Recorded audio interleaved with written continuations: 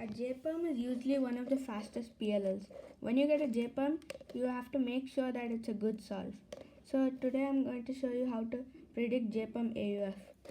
So all you have to do is keep the J-perm in the proper shape and this edge sticker, compare it with this. So this orange sticker goes near orange. So when I do the algorithm, I have to do a U prime AUF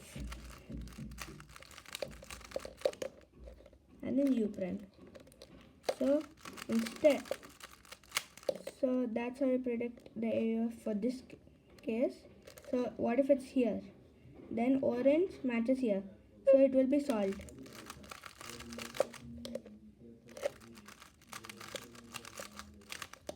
But what if it's all here?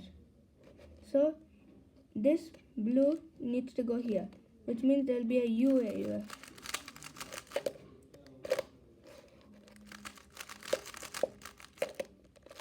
Then for the last case, or here, this will be a U2 AUF because orange goes back here.